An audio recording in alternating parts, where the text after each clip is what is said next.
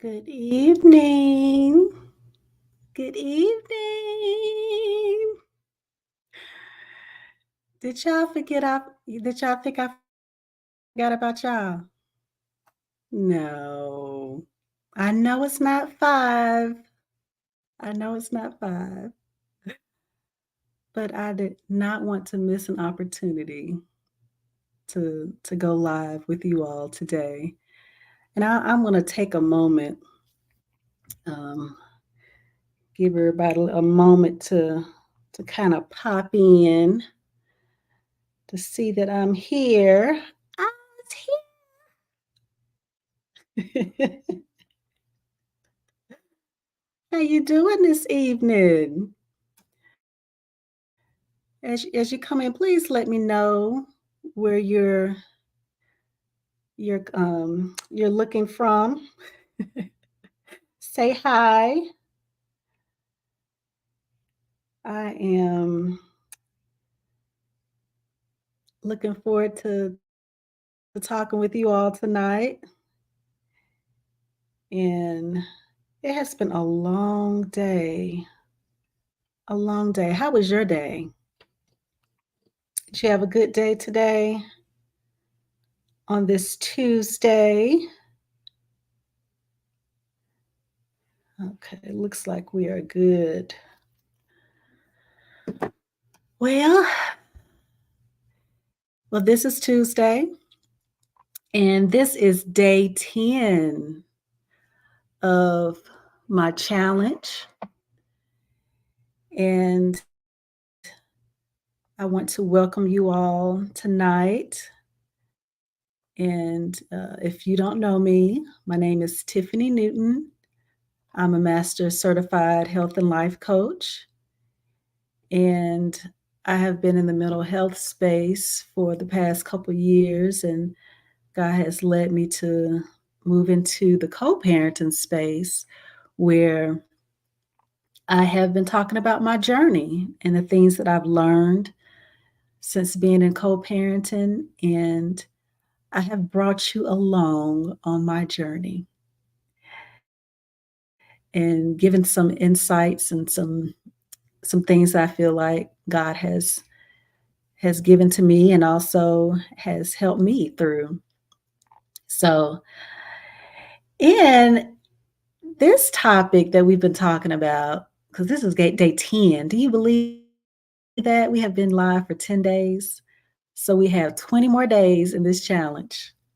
So we're a third of the way through. Woohoo! So this is day 10, as I said, and the past day, yesterday, we started talking about communication. We're talking about cracking the code of co-parenting communication. And this is part 2 because we're still talking about communication. And I kind of gave a few techniques, strategies yesterday. So please, if you did not see yesterday's live, go and check it out. It's also on YouTube on the Teach Me Tribe as well. But today we're going to dig a little bit deeper, just a little bit. And I'm not going to be long tonight because I know it's later in the evening. So, and as you know, our what's the name of our vault? Do you remember? It is the Child First Method. That's our vault. And it is a comprehensive approach to co-parenting that emphasizes effective communication, collaboration, and prioritizing the well-being of our children. It stands for communication because child is an acronym. So it stands for communication, which involves partnership and collaboration, honoring the other parent's role, involvement with the child, letting go of the shoulda, coulda, wouldas, and determining in everything to think about the child and what's best for them together. So those are our combinations to our vault. And as you know, we're talking about communication, which is open and respectful. communication, which is the cornerstone of the Child First Method. So, we as co-parents, we have to communicate openly about our child's needs, their schedules and important decisions. Effective communication, it helps build trust, reduces misunderstandings, and promotes a cooperative co-parenting relationship. And I'll ask you, have you all learned anything from just the last couple of days of us talking about communication and even the overview? Has it been good? If it has, I love butterflies. So put me a butterfly in the comment if you've learned something, if you got something out of the last, or even shoot, the last 10 days, because this is the 10th day. So our working definition is for effective communication is the process of exchanging ideas, thoughts, opinions, knowledge, and data so that the message is received and understood with clarity and purpose.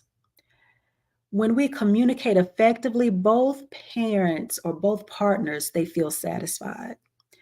So let's talk a little bit. We're not going to be long tonight, but we're going to discuss just a few strategies, a few techniques for developing active listening. Active listening. Hey, thank you for joining. Thank y'all for joining tonight. I know it's not 5, but it's 5 somewhere. Where is it 5? Is it 5 in California, Hawaii? I don't know. But anyway. But I couldn't miss being with you all tonight. So thank y'all for joining me. So tonight we're going to talk about active listening. And you know me, I had to pull up the definition for active listening. And I found that it is a communication skill that involves going beyond, hey, Desi, is going beyond simply hearing the words that another person speaks, but also seeking to understand the meaning and intent behind them. So active listening, it requires being an active participant in the communication process. So I thought that was a really good definition of active communication, or I should say active listening. And it's funny because tell me, what do you think about when you think about listening? Um, I think about how many people don't listen to me. I also think about the times where they do listen to me. Um, and how sometimes you can misunderstand people when you don't listen. People can misunderstand you when they don't listen to you. And I think about the frustration that comes involved with not listening. So active listening, it goes deeper than just listening, or hearing. So again, hey Crystal, thank you for joining. So what does active listening, what do you think active listening is? Um, I let me give the definition one more time. It's a communication skill that involves going beyond simply hearing the words that another person speaks, but also seeking to understand the meaning and the intent behind it and behind what they're saying. So it requires being an active participant in the communication process. So when we're talking about active listening, of course, our audience that we're talking about is our co-parent, is our child's mother or father. So when we think about that, what does that look like? Think about that. What does active listening look like? Of course, I have a few things. Here. I have avoiding interruption. We have a tendency to interrupt people sometimes when we're talking to them, especially if we're excited about something or when we're trying to get our point across, we might interrupt. We might, inject into the conversation or eject into the conversation. But I would say, just resist the urge to interrupt while the other parent is speaking, especially when you're having these scheduled meetings, when we're sitting down really talking about things as it relates to our child, because remember, our child is our focus. And we have to allow them to express their thoughts fully before responding. Interrupting it really hinders the flow of the communication and it leads to misunderstanding. And I can't help but to think about every time, we have a talk every day, to think about all the things that we have to work on anyway, no matter no matter if we're dealing with our children's father or children's mother, we still have to work on this stuff even if we didn't get it right in the relationship. You know, in order for us to progress, in order for us to get better, in order to make sure that our child is at the forefront of every discussion, and is the goal. The well-being of our child is the goal to every discussion. So another thing that I think I do pretty good with, I've been told this, I'll just say that, but I think it's important, and it is to maintain eye contact. When you're active listening with someone, or I should say to someone, when you're really active listening, your yes, eye contact. What do you say, Crystal? Eye contact, it gives yourself processing time too. Yes, like at least a minute. That is so true. That is so true. Um, and what I like with eye contact, I believe it's a powerful non-verbal clue. It signals attentiveness and respect. It lets people know, what you're saying is important, and I'm listening, and it shows that you're genuinely interested in what the other person is saying. And and it's funny because really you don't this can apply to everybody, that we need to listen to.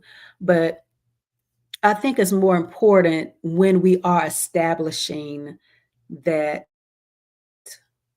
rapport or that foundation with our co-parent, because so many things has happened in the past and we probably didn't do it right, to the point where we didn't communicate well. So when we're establishing that relationship, it's important for us to just do certain things that we probably didn't do in the past. And I'm pretty sure they'll be like, well, why you acting that way? But that's all about establishing um, something a new way of doing things. So the last thing that that I'm going to mention, I would say validate emotions. And please, if you think of any other things as it pertains to active listening, let me know. But I only want to mention three tonight. And because we talked about maintaining eye contact, avoiding interruption, and I also want to talk about validating emotions. And I think the acknowledgement of the co-parent's emotions and feelings is vital, especially to establishing. Hey, Miss Patricia, thank you for joining. I think it's essential for when we're establishing that relationship, because it's letting them know, okay, I understand how you're feeling. You know, even if I might not understand, I understand.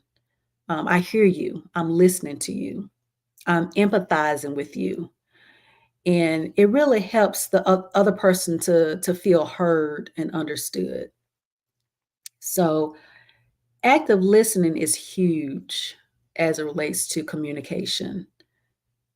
And I think if we work on active listening with our co-parent, we will establish more of a not just rapport with them, but more trust as well.